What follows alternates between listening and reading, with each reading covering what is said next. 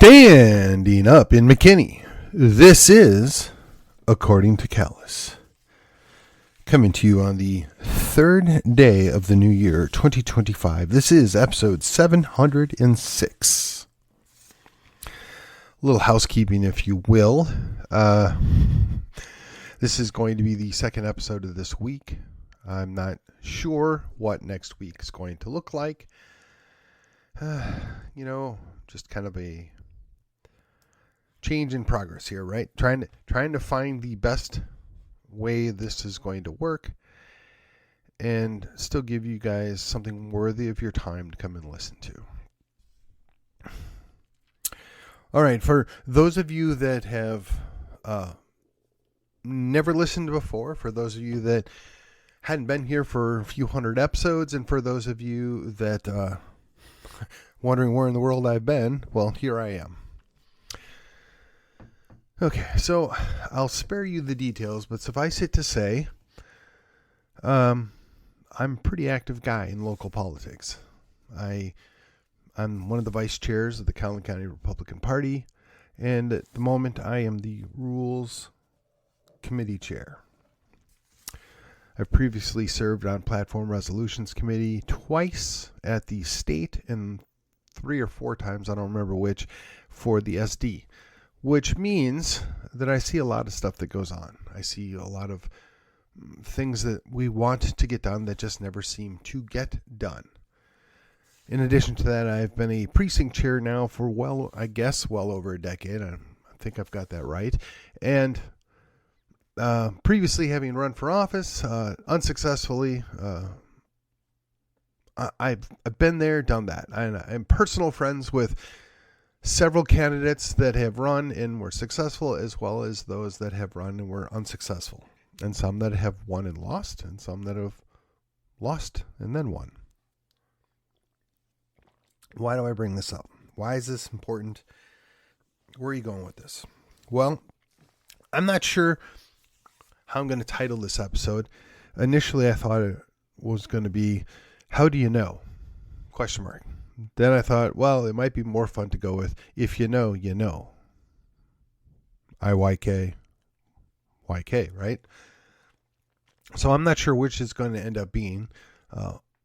But the premise is the elected officials, particularly those that go to D.C. or Austin, are very adamant that we don't know what we don't know. That we don't know all the details, that we're not in the know, right? And they're always pushing back, and some would say rightfully so, when we at the grassroots level make demands or push them to do certain things. So there's 2 sides of that story. And I'm having technical difficulty here. Hang on one moment. Okay, I think I got that squared away. And then there are the precinct chairs, or those that are involved at the grassroots level. And then there are the voters, right? The great unwashed, as Mr. Limbaugh used to say. So why am I going down this route? Well, I think as I'm kind of starting over here, I'm not starting from the beginning, but I'm wanting to put in a new groundwork or framework to where I'm planning on going. And why do I want to do this? Because I like to believe that everything I do is a building block or is interconnected with the next thing that I do. And if you're following along or you're joining me, I would like for you to be able to pick up on the wisdom that I have obtained. And I don't think it's anything special. I don't think it's anything overly unique, although my interpretation of what I've learned might be. It is something that can be gotten. It just takes time and effort and energy that you may or may not have. So, in my mind, we'll call them 4 tiers of political people. So, in real life, when I'm out and about in Collin County, Texas, I would say the vast majority of the people that I run in across are what I would call the uninformed voter. Now, I want to be careful because when I say uninformed, I'm not indicating that they're stupid. I'm not indicating that they're foolish. I'm just trying to say that they don't know a most basic level of civics or a most basic level of the political situation, right? They're the ones that go in and just vote for the person with the R after their name, or they vote for the person with the D after their name. They're not worried about the details. They just want their team to win. Now, they make up the majority of voters in both parties, and I would say they make up the majority of the general population. They have also been called normies. They've also, Mr. Limbaugh referred to them, us, as the great unwashed, right? I don't think any of that should be seen as an insult. It's just a reality. If you are not interested in political stuff, and there's plenty of good reasons not to be, why would you know these things? Why would you follow these things? Why would you invest your time and efforts into learning these things if they mean nothing to you or next to nothing to you? So that's a large chunk of the electorate. The challenge is you don't go to them for the ideals, for the principles, for the driving idealism or direction of your party or your group or your organization. But you do need their support. You do want their buy-in, right? So that I would say the next tier from that, it would be the activist level, right? I would go so far as to say a lot of lobbyists could be lumped in with this, but they have access to something that kicks them up the next notch most of the time. And the activists are your grassroots activists, your single issue activists, your special interest activists, right? These folks are often very well informed, maybe highly educated, maybe not, but just very well informed, particularly on the topics or the issues that are directly related to that which they're promoting. They're very useful and helpful as long as you're in agreement.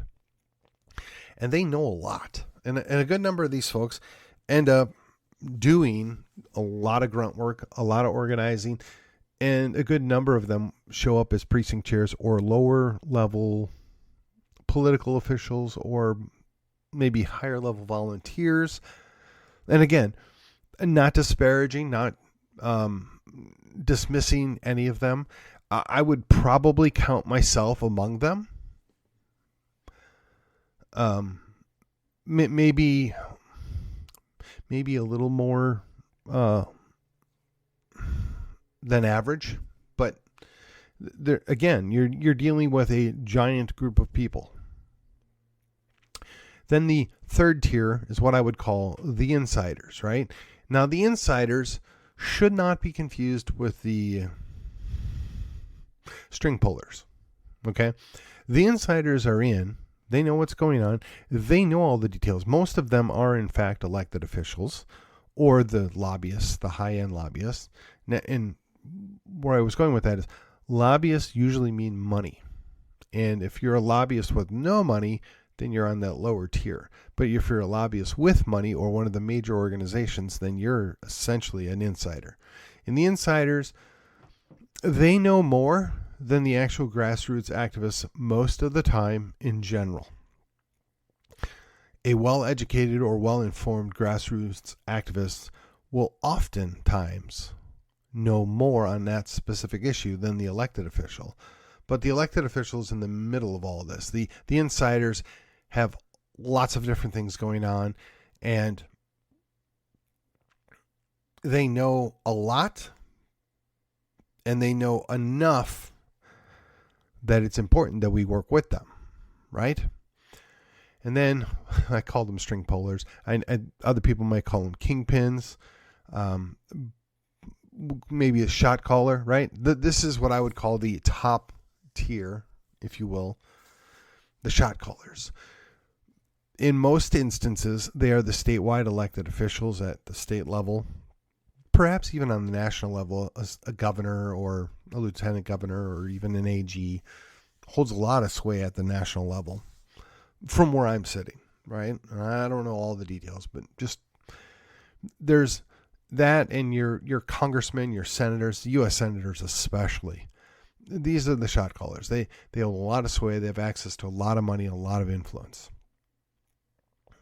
So now that I've kind of established my 4 tiers, and look, I'm sure there are other tiers and people want to nitpick and divvy these up more. So I'm just trying to give you a general stratification here. So you got your general public, your activists, your insiders, and then the shot callers. And they're different at different levels, right? So like in my hometown, McKinney, the city McKinney has a number of people that I would consider local level shot callers that are probably only insiders at the state, if that. See how that works? And then there's state level shot callers that probably aren't much more than insiders at the local level, unless they start throwing money at it. Then it puts them back up, right? So that's kind of the way I'm looking at it. And a very wise person explained to me a long time ago, to win an election, you need 3 things: name recognition, money, and grassroots activists. You can usually win with 2 of the 3, but you can't win with only 1. Now that hasn't always, or it doesn't always prove to be the case, but the vast majority of the time, I think that's a very accurate explanation. If you've got some name recognition and you've got money, you can get more name recognition, but you got to have the grassroots activists. If you've got name recognition and you've got grassroots activists, you can get money. If you have the grassroots activists and name recognition, you might get money. Well, I guess I already said that. If you have money and the grassroots activists, you can, again, get yourself name recognition. So the little triangle there. So this gentleman kind of explained to me how that works, and I've always found that was far more accurate than it's not. Okay, so now that's another underlying principle that we want to be aware of going forward. Okay, so I will tell you the number 1 complaint that is not related to a specific issue, just a generalized complaint, as the insiders have a certain level of disdain and dismissal for the grassroots.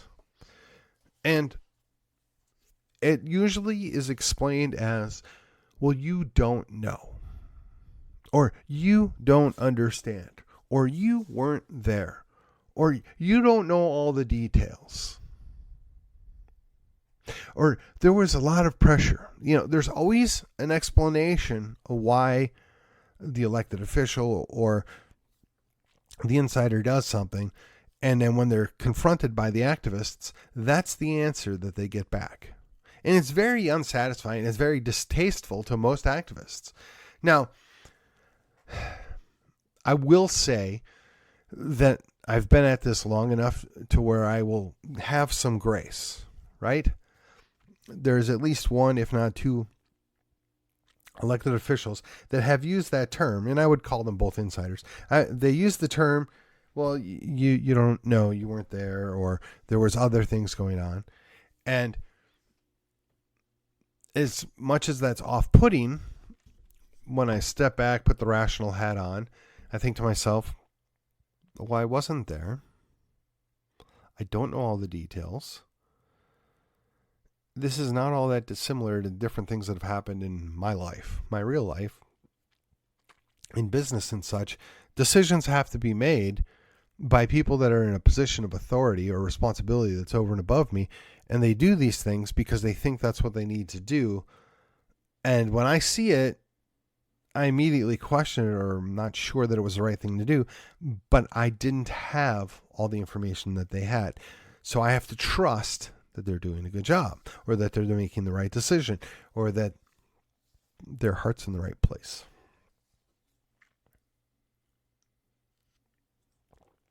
Now, why do I bring this up? Why is this important? Because I think once the activists figure out that you can trust some of these people, some of the insiders, some of the elected officials, they are trustworthy. They do what they say they're going to do to the extent that is possible, and they're honest about what they can and cannot do going, on other issues. And I, for one, appreciate that.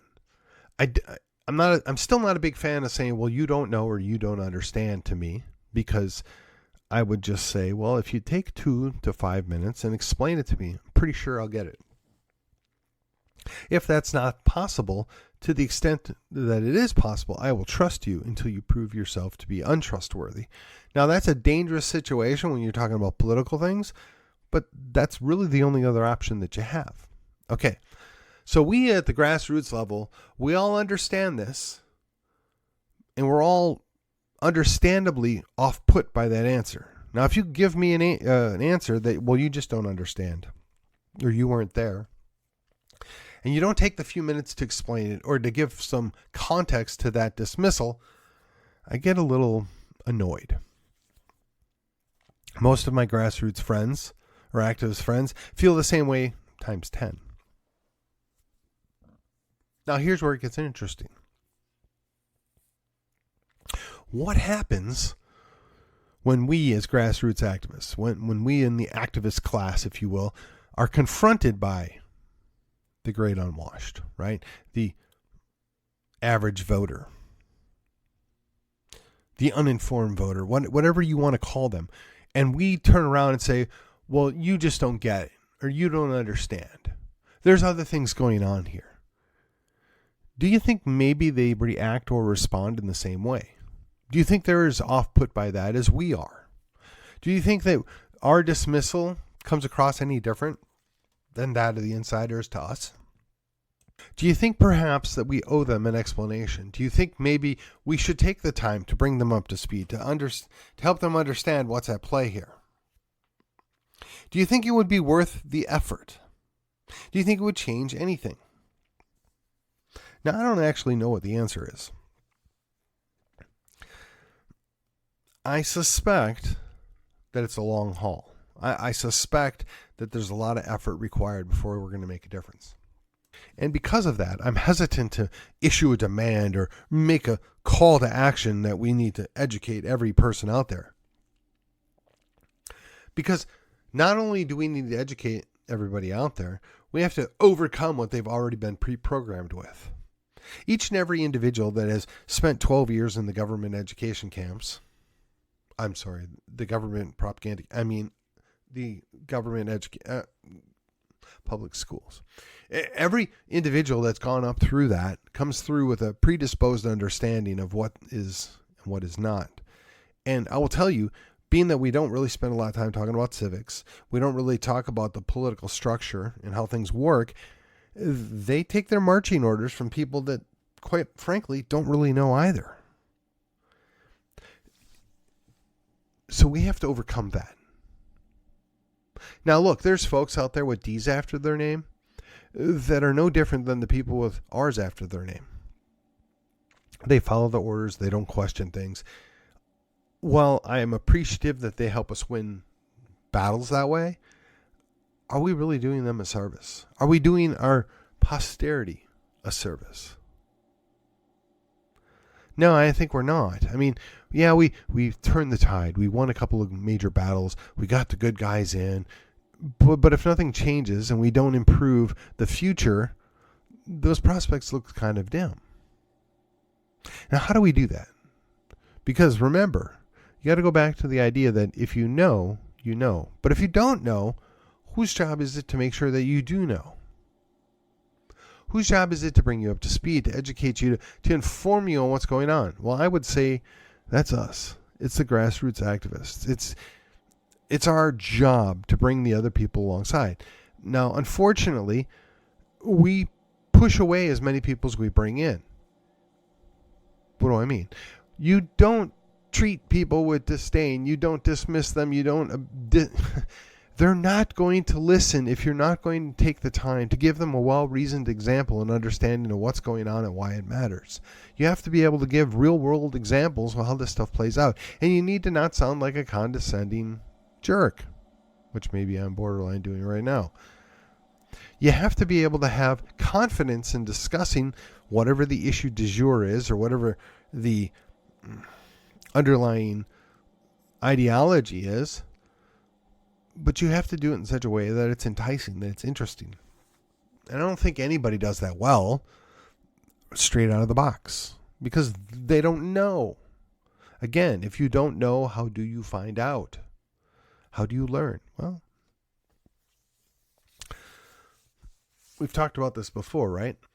For many, many years, we've heard we don't talk about religion, we don't talk about politics. Well, in doing so, we've learned how to not talk about those things. There's complete and utter failure. And nobody can question anything because we're not comfortable with talking about those subjects. And that we've done ourselves a great disservice. Now comes the answer, right? How do you know? Well, last year sometime, I gave a talk on the concept of we have to build a culture of independence. And starting with a culture of independence is kind of an all-encompassing ideological way of looking at things. Now, the problem is when you have an ideology, you try and shape every bit of data and every bit of information to fit with what your ideology is. But I would suggest to you that when you're dealing with a culture, you're starting from the idea of accepting what is and how can I improve it? How can I express it? How does this look?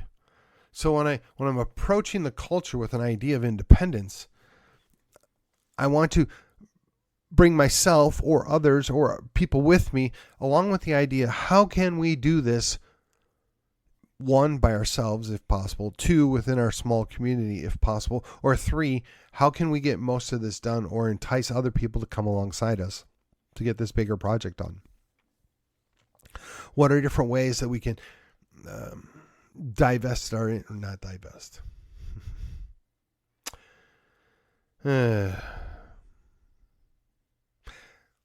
What are ways we can diversify our thought process, our thinking process, our interests? Diversity in and of itself is not a bad thing unless it's imposed from on top. And it's with no net positive outcome, perhaps, as well. But if you don't understand things and you don't work with things and you don't learn things, you can't improve. I think that's one of the things that certainly my generation's had to deal with, right? A lot of us were perfectionists. And if I can't do something perfectly, I don't want to do it. If I can't do something very, very well, I don't want to even try. If I can't win, I don't want to play. Now, there's some of that in everybody, I'm sure. But I seem to think that it was a much bigger issue in my generation. And I think it metastasized into the millennials and Gen Z and Gen Alpha that they're just things they don't want to do. They don't know how to do. They don't care to know. And, it's very convenient to blame the boomers. And I guess to a certain extent, the Gen Xers as well. But then there's Gen Alpha. Their answer, and I guess the Zoomers in there too. Well, I'll just look it up. There's probably a YouTube video on this. I can figure out how to do this. Think about it. If you're my age, how many things did you have to figure out on your own? How many things did you have to pick up via trial and error? How many things did you just, quite frankly, screw up because you didn't know any better? And there really wasn't somebody that you could go easily ask. I mean, now everything's online in a couple clicks of a mouse and you're there. But you have to train people up with the notion that it's okay to not know. It's okay to want an answer. It's okay to want to do a little research. So when people are going about their day and they hear from, an insider, well, you don't know, you weren't there, you don't know the details. And the grassroots activist class is saying, well, actually, we know this, and this about this subject and that subject, and well, you're wrong, or what about this, and you're fighting back.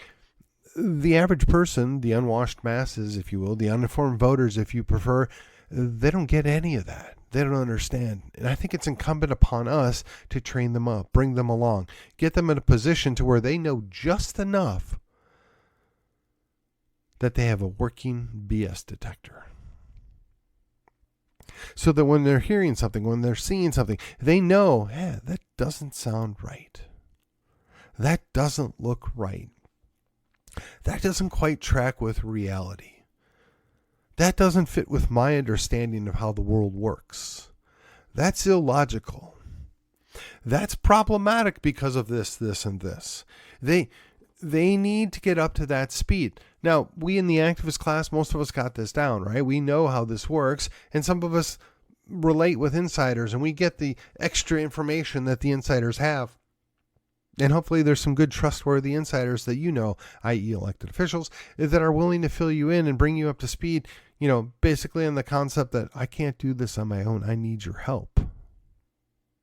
And we, the activists, the grassroots people, we have to understand that while we may outnumber the insiders, they have far more resources at their disposal than we do.